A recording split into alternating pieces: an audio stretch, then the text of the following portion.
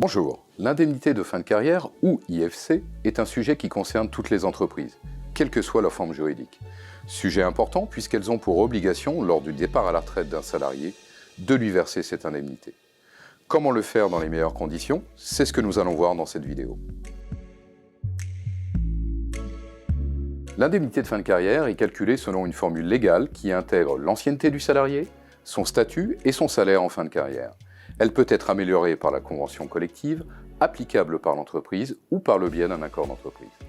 Dans le cas d'une mise à la retraite, le montant de l'indemnité de départ à la retraite sera basé sur le montant de l'indemnité versée en cas de licenciement. Celle-ci peut, dans certains cas, être supérieure au montant dû en cas de départ volontaire. En termes de fiscalité, il est nécessaire de distinguer l'indemnité de mise à la retraite par l'employeur et l'indemnité de départ à la retraite demandée par le salarié. L'indemnité légale ou conventionnelle de mise à la retraite du salarié par l'employeur est exonérée d'impôt sur le revenu dans certaines limites.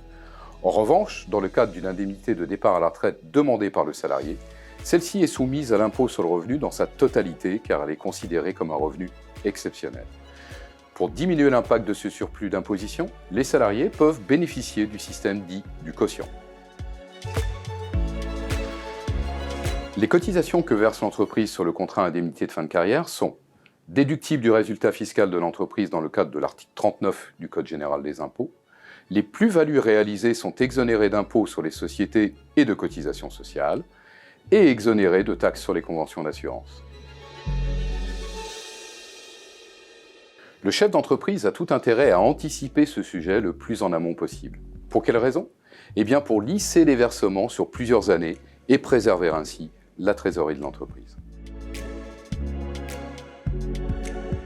C'est un contrat collectif multi-support qui permet la constitution d'un capital destiné à financer les indemnités de départ à la retraite des salariés en bénéficiant d'avantages fiscaux, sous réserve du respect de certaines conditions. Le contrat Abeille Stratégie IFC est un contrat souple, évolutif et doté d'une large gamme de supports d'investissement, dont ceux d'Ophi Invest Asset Management. Souple pourquoi? Parce que vous choisissez les modalités de versement, libres ou programmées. Programmé pour assurer le financement de votre passif social de manière lissée et libre pour l'ajuster à votre trésorerie et votre capacité de financement. Évolutif pourquoi?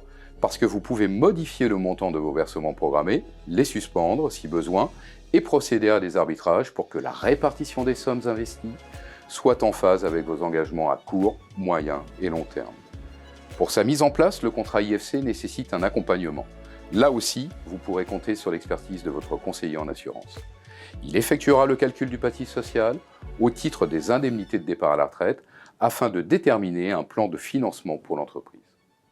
Dans le cadre de l'évaluation de la valeur de l'entreprise, la dette sociale fait partie intégrante de ces calculs.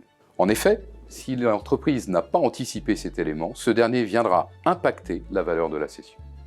Abeille Retraite Professionnelle s'engage à travers une charte à proposer à minima de faire le recalcul des engagements tous les 3 ans. Le contrat Abeille Stratégie IFC permet aux entreprises d'anticiper le versement des indemnités de fin de carrière aux salariés et donc d'impacter en douceur leur trésorerie, tout en valorisant au mieux le capital investi. Ils permettent en quelque sorte de transformer une obligation légale en avantage financier pour celle-ci.